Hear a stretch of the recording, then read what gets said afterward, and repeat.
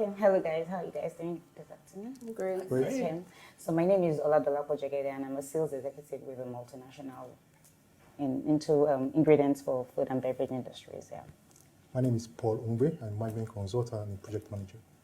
Hi, my name is Amaka Amalu. I'm a business growth strategist and I also play in the development space.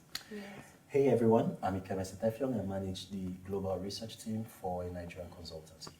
And I'm Ewadola Kolawole, and I work for a multinational in the talent acquisition and talent sourcing. Okay, and I am Simbo Olatorigun. I do policy programs for a global tech company. So guys, there's this crazy thing that happened to me when I first got into my first senior role. 3 days in, it was one of the country's biggest communications agencies. 3 days in, our biggest client, a multinational, gets into a regulatory issue. So we're in crisis communications mode.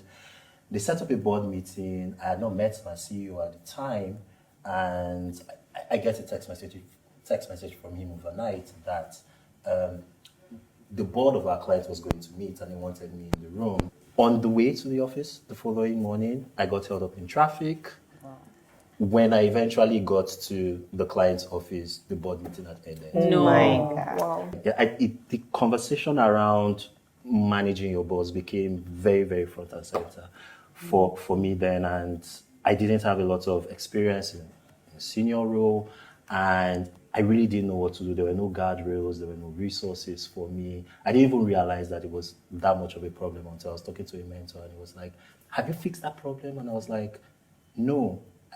You didn't even know it was a problem. I said sorry, but that was just about it. So how does one navigate that kind of crazy experience really and get out of it intact? I think there are two things that are very important. And communication, for me, is very important. And then the other thing is building trust.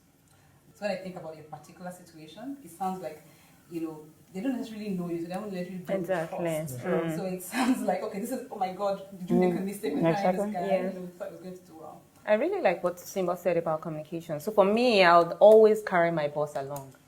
Like sometimes it feels like, okay, Amaka, here she comes again. Every second, I just got into traffic. So from Okwebi to Ikeja, there's this traffic along the way. Lasma, I can take a picture. So Lasma there's just this sense of Amaka wants me to know what is happening per time. Do you see? It takes me back to a point that says that sometimes you have to take a step back and then look at who is your manager and then what's their objective. When you're looking at what it is you're aiming for, it helps you understand the implications, what's at stake. So I always look at that, okay, what does my manager want?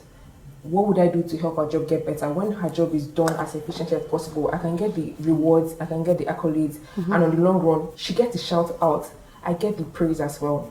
I think to add to your story, I have a case where I've developed a style of managing people whereby I try to take a 360 approach. So when I'm sitting with you, I'm having a conversation with you, I always switch my mind and think of what you would say. I'll give a typical example. Managing your bosses. I used to have one of my bosses, when I go to him to get anything done, I go to him with an approval and I give him recommendations. At first, I realized when I give him recommendations and I say, I want to do this, because it was my role to make decisions, he would always say no. Yeah. So I had a challenge for a while, and I realized that he always wanted to have the final say. Then what I did was, I went back to him and then said, okay, these are my recommendations, what do you think? Do you want? And I said, what do you think? Like, oh, Paul, let's go just and then my decision. Yeah. And every time I walk into the room, I get things done. And people ask me, Paul, what do you do? I understood my boss. That's his behavior. Yes. So emotional intelligence is very key to add to these things we've talked about. So we have our boss management skills to a T. How do we make sure that our work is more visible? Talking about strategic visibility. And for me, I think one key thing I would say is you have to have the mindset of a solutions provider. Yes. Once you walk into the door and there's a problem, it's not about the problem, how do you provide solutions? So while others see the problem, you see the solution. I wanted to say something about strategic visibility and doing beyond your job description.